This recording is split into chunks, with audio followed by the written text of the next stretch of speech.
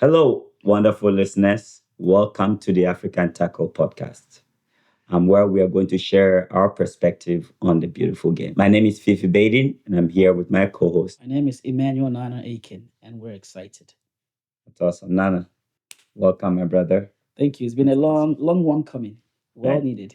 I know. So, in this first episode, we will start by sharing some of our journey, our personal journey, and kind of tie it into what we see in the U.S. soccer, and specifically youth soccer.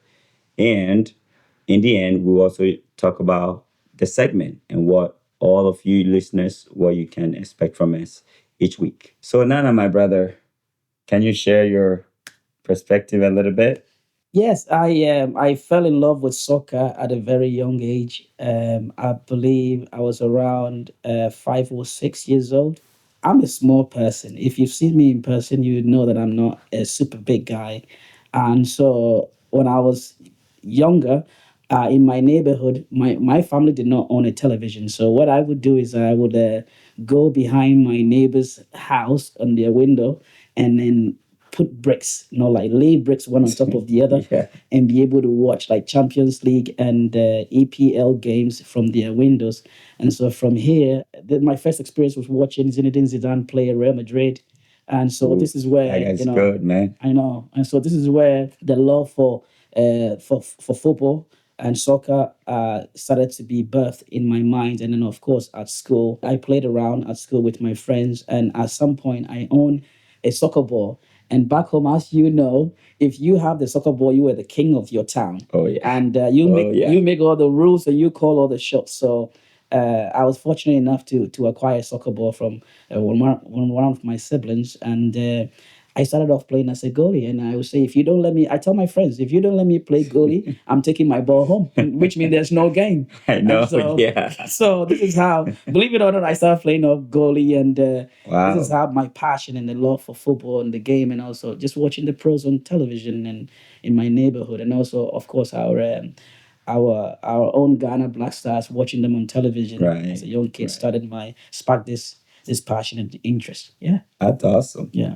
That's incredible. yeah. How about yourself? Yeah, my journey kind of similar to yours. We didn't really own a television at the time, but I remember my grandfather had this radio that he listens to, and he was a big, you know, he used to support this local club called Ebusian Dwarfs, and he was a big soccer fan. So every time the radio would be on, Ebusian Dwarfs playing, and especially when they score a goal, he'd be screaming and stuff. I'm like, oh my gosh, this sounds pretty cool. Like, and he's a big soccer fan. And because I also grew up, in the household of my grandparents, I get to see my uncles and stuff playing soccer on the streets. And I'll be going to sit and watch them. And that kind of helped, spark my love for the game. Listening to it on the radio, watching my uncles play.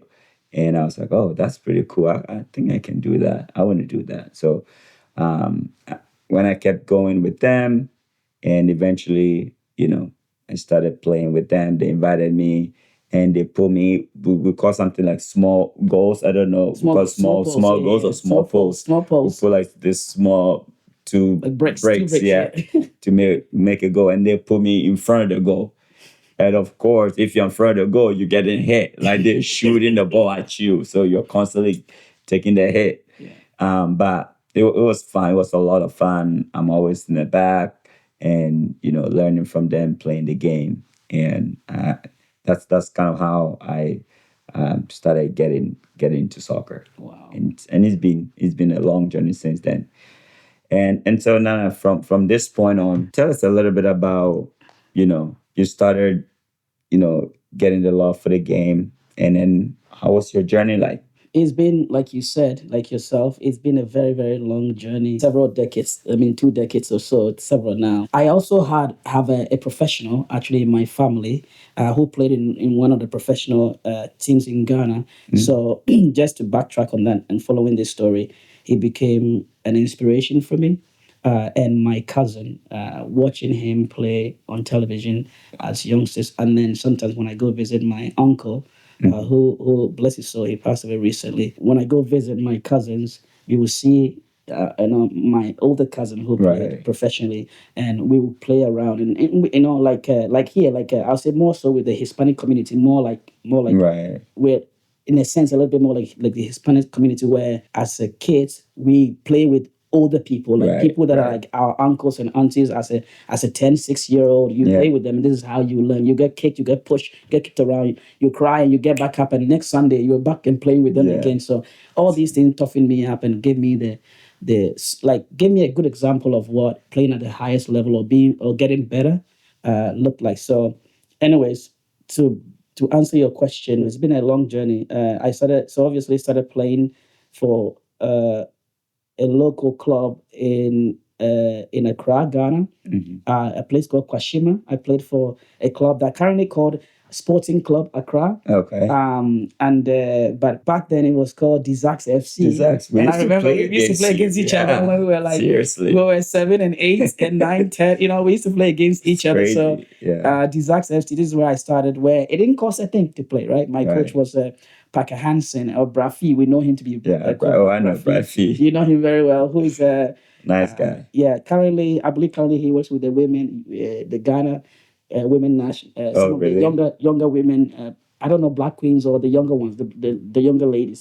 He's one of the coaches for one of our national women's team. But this is where I started from, and from there, I was very fortunate to be scouted into Right to Dream, which is like the best residential academy in Africa at the moment. And I believe it's like around number 5 or so. We're very high up in the world currently, with so many young talents around the world, with the most minutes Right. being Right. played currently for any academy in the world right now. And so from Right to Dream, this is where we were refined. The Right. natural Right. talents we had was refined at Right to Dream, and that mindset of a true professional was ingrained in us. Obviously, before we came to Right to Dream, we had coaches like Brafi, and of course your own coach as well, Right. take the interest and spark our passion and our desire. And as kids, giving us a platform for us to be able to deepen our love for the sport, Right. instill in us competition. So, anyways, from there, Right to Dream, and then from Right to Dream, I was very fortunate to be one of the first people to leave Right to Dream to go overseas, go pursue education and football, and then ended up here in America and played soccer here in the youth soccer clubs. Nice. Sonoma Soccer Club. I played both you and I played for Yeah. Sonoma Soccer I Club. We had know. one of the most successful teams Yes. in the club, Yes. in this community. And then from there, played in University Westmont College. From there, had a very short tenure looking at US with the OC Blues or Galaxy Nice. 2 and a few others. And then, of course, from there, played for a local team that was Oh, here yeah. in Yeah. Santa Barbara a few Yeah. years ago. Was So Alta after, California. yeah. Alta California. So we Yeah. won the first in the first inaugural season. We won the whole thing. Same with Oxnard Guerreros. We won. Yes. Yes. So, anyways, this currently, like, all this has brought me to a place where currently I'm still playing, but like not for a team. I'm still Right. training and Right. everything for any opportunities that come up to be ready. And then coaching as well. So where I have taken everything that I've learned in football and try to stay in the game by teaching the young ones. Where Right. I also have founded a local youth soccer club here in town called Legends Football That's Academy. amazing. So That's amazing. yeah, thank you. So my journey has been, I've stayed in the game, whether it be playing or it be coaching. Currently, I do my best. I really enjoy teaching kids. I Yeah. don't do it for any other reason, but it's just the passion. I want to continue playing through the kids, so I Right. teach the kids the Right. way I want to play. And that's where I'm at currently, enjoying teaching youngsters and traveling, and also doing other soccer related things with other Right. businesses and stuff. So That's incredible. That's yeah, like your whole life yeah, dedicated to the sport. yeah, Like yes, you are walking with a wealth of knowledge yeah, about the game. yeah, And I see why all your players respect you and know you give them the best. Thank you. product. Thank you. Why don't you share? Why don't you share? You're the big man. Share your share your. You're the big man. You share your journey with us as well. I feel like Nana, we kind of have kind of Yeah, similar journey. Yeah. It can be different in some ways, but pretty much similar. Yeah. You played with Dizax. I played with a local club called Rootwise. Yeah. And we basically ended up playing against each other. So that's how we became like really good friends. Yeah. Throughout that same journey, we're able to end up Right to Dream Academy Yeah. on the same team. And so it's been a really good journey with you. We've learned a lot from each other. And, our Right to Dream, like you mentioned, they refined us. They helped us deepen our understanding about the game. I was fortunate to get an opportunity to play for Fulham Academy. It was a great opportunity, kind of experience how the academies, kind of operate in England, and kind of comparing that to the US. You see there's a difference there. And after Fulham, I got the opportunity, just like you got, to come to dance school. Yeah. You guys, like you mentioned, you guys are the first people that got here. And so I got the opportunity to come and join you at dance school. I believe it was in 2007. Yes. You came in 2006, right? Yeah. So 2007, the lucky part for me, you already been here a year. Yeah. So I was like relying on you for getting acclimated in this US culture. Yeah. And you've been a big part of, helping me settle in the culture. Yeah. You took me everywhere pretty much. You became like my big brother, even though we are from the same age. But here, you kind of really helped me get used to the culture, meet a lot of different people. Again, I went to UCSB. That was one of the unfortunate part about the game. I wish we all went to the same school, because we played basically in our local club team here in Santa Barbara. We were playing the middle. Like, we knew each other's strength. We knew where the other person would be when we get the ball. So we knew each other really well, playing for Santa Barbara. So I was hoping that we would end up at UCSB. It didn't happen, but we ended up playing against each other. Yeah. And we enjoyed that moment as well. And then I was fortunate to play for Columbus Crew. So got that experience firsthand with the MLS, just like you became a coach in Santa Barbara. So a lot of knowledge there about the game. We can teach, we can demonstrate, and we got experiences that we learn along the way that we can kind of impact these kids coming up. So with that said, Nana, here's a question for you. Why African tackle? Where did that name even come from? And two, what are we trying to achieve with this podcast? So there's two ways you can define what an African tackle is. Okay. I'll give you the literal explanation of what an African tackle is, and he knows. When I go into tackles, is one or it's just this particular one. We have a saying back home in Ghana. This is the literal meaning of African tackle. We have a saying back home in Ghana that says, "If you miss the ball, don't miss the man." Because you know why? Your pride relies on that. If someone humiliates you with a trick, do not let him. Do not let him take his legs and keep running. Right? Yeah, Make sure you clear him. I know. So the literal meaning of African tackle is just being tough, being ruthless, doing whatever it takes to stop the play, to end the play, so that doesn't result in a goal, or it doesn't advance beyond where it could be that can lead to a goal against your team. Right.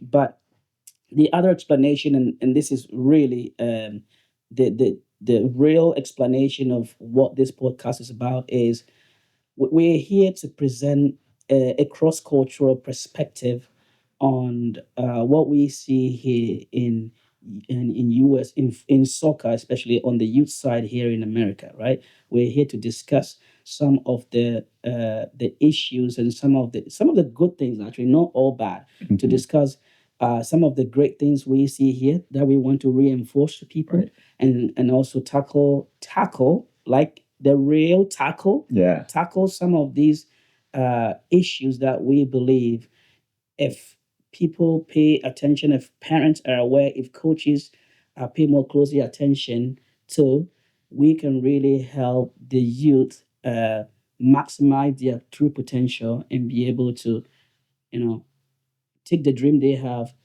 to the next level, to like be given every opportunity to Right. succeed. Right. So we're just here to tackle some of these issues and have honest, difficult conversations. Some of it is going to be unpleasant to hear, but it's going to be true. We will not discuss anything that is not true. We won't fabricate any stories. We will give you our honest opinions on things. So some things it might be easy to take and to understand. Other things we're gonna really challenge your understanding and stretch your brain to go outside of yourself to be able to take the harsh truth. So yeah, that's what I believe. That's an explanation I would give for what African tackle is. But I would love your personal take on that as well. Yeah, that's incredible. That's an incredible take you out there, Nana. African tackle, basically being aggressive, Yeah, making sure if it's in a game situation, you're winning your 1v1 tackles, meaning winning the ball, right, for the team, for your team to be able to succeed. But the deeper meaning, like Nana mentioned, is really bring forth some of the issues that we see coaching and playing the beautiful game. We've gone through academies, and we've also experienced here in the US some of the issues that we see. We want to kind of tackle those issues, discuss them, and help you to kind of see them in a different light based on the discussions that you hear. And the most importantly, I think Nana did touch on it. It's we want to empower the youth, yeah, right? yes, They are on their own personal journey. We've gone through our own personal journeys, and here we are now. And so we want to use this podcast as a stepping stone for them to, learn something from us, from our journeys, some of the things that we did right, some of the things that we did not do right. yeah, Learn from our mistakes as well, so they become better players. So our hope is to kind of take this podcast to empower the youth in our communities and yeah, to help them to achieve their own dreams, whatever that may be, through soccer. yeah. I would even No, you're good. Keep going. yeah, I would even add this bit to it is we're also looking to ensure that through this platform we'll be able to stimulate inclusion in so many areas because player development, if kids will develop, it's not just going to be the coach's job. There's a part on the kids.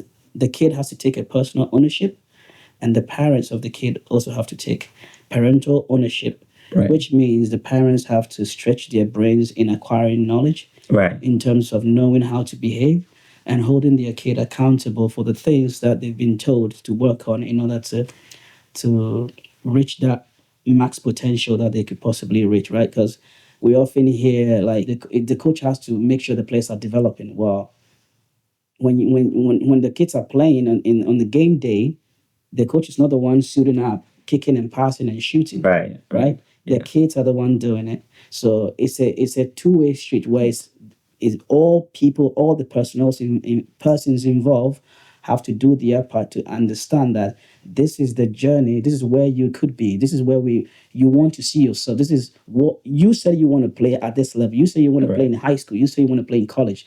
Well, there are some sacrifices you're going to have to make. All right. Well, you could go ping a ball with your friends. We did this a lot. No one had to tell us. Yeah. Right? This is one of the things that, and I don't want to stretch this back. No one had to tell us because we knew the goals we had in our head. We knew the dream we wanted to have. And so you and I, if at down school when we didn't have nothing going on, even in the summers when we were playing, in the summers we call each other, we all get together, ping ball, train. We constantly were training. We did probably more hours off the field with our teams than we did with our team, right? And so I think I wanted to just make sure that this is also like in there, so that there's some accountability, Right. that is not just falling on the coach to develop players, because coaches don't make magic. Coaches will lead, will guide, will inspire, will demonstrate, will show, but it's up to you, the player, Right. to take that personal Right. ownership with the help of your parents, obviously. So Nana, can you kind of walk us through some of the segments that we'll be discussing throughout this postcard journey? Yes, yes. Listen, we are crazy excited for this. Right now, we're a bit calm, but once we start getting on these topics, listen, we're going to be losing our minds. It's going to be exciting. It's going to be vibrant. It's going to be passionate. There are three segments that I will be focusing on throughout this podcast. Segment number one, this is the topic. The dream starts now. What do we mean by that? Okay. In this segment, we will discuss some of the different paths to becoming a professional soccer player across the world. Okay. We will interview present and past professional players, coaches, scouts, and agents. We'll get all of them on here Incredible. to be able to get their perspective on some of the things like we were talking about, what you're supposed to do. The second segment that we will be discussing is called Tackle Them. Okay? Tackle them. And in this segment, we will discuss some of the issues we see in U.S. soccer, ranging from the pay to play model to limited access to field space, to the structure and organization, like why there is so many leagues in this country. I don't understand. Like every single season there's a new couple of leagues, so it makes it very difficult for me as a coach currently. It makes it difficult for me to know what league to put the kid in. So and then to coaching issues, which means qualifications for coaches, mental health of players, and lack of parental education. That's one thing we'll be discussing as well, because I think sometimes there are behaviors that parents exhibit during games that is that need some education because Right. they don't know, right? Right, We just need to exactly. teach them. The lack of diversity in coaching. I think there should be diversity in leadership position because everybody brings something to the table. Yeah. Well, we're seeing this from a cross-cultural perspective, Yes. right? Yes. And based on our experience, we've had coaches from England, from Scotland in the academy. We have Yep. coaches from everywhere, right? And it's made us the players we've become and taking us this far, right? Yes. So that diversity in the leadership we had Yeah. really influenced the kind of people, not even players, the kind of people we've also become, right? Because they've inspired us. And obviously, the lack of hunger slash desire in players to succeed. This one is massive. This one is massive, right? Ronaldo was interviewed and he's he was talking about this. Like he talked about his kids, and I'm not here to bash his kids or anything like that. But jokingly, he was at his kids training session, and they asked him, "Like, what do you think your kid?" Yeah. And he's like, "Oh yeah, he's bigger than me. He's gonna be bigger than me because I'm at his age currently. He's bigger than I was at Right. his age, right?" And he's talked about his younger kids back home having that they're crazy and passionate Fight. and the fight, right? And he said he's a good kid. But one thing he's concerned about is the what? It's a desire, Desire, yeah. right? It's the desire and the hunger. Yes. That one, no one can teach you. You have to have it if you want to play competitive sport. The hunger. Now, some coaches sometimes we even say in our practices to the kids, body language, because your hunger will also show in the way you carry yourself, right? And then lastly, the last thing we'll be touching on, the last topic is called the behind the touchline, right? And in this segment, we will discuss the emotional stories from parents and players about the beautiful game. So yeah, this is what we'll be discussing. This is what we'll be discussing. That's incredible. That's incredible. So, for a quick recap here in this first episode, we all understand that soccer is, or sports in general, is a great way for us to learn from each other, to grow, and it creates great opportunities for us to become better citizens in our communities, pretty much. And I think there's a lot we can learn through African Taco podcast. There's a lot of discussions that will be going on, and it will be very, very helpful for all parents, for all players, as well as coaches that will tune in. So, what should the listeners look forward to for our next episode? Our next episode will focus on, the U.S. kind of academy versus what we've seen in international academies, like Right to Dream, like the Fulham Academy. What are some of the different things that we've seen? And so we'll kind of discuss that in our next episode. With that, Exciting. yeah, I know. With that said, I'm excited. don't forget to subscribe, like, share, follow us on all social media platforms, and also don't forget to leave a review for us. And we look forward to take you through this personal journey that Nana and I have in store for all of you listeners. So thank you, and we'll see you in our next episode. Thank you, Nana. Thank you. It's been That was amazing. fun. Yes. It's been amazing.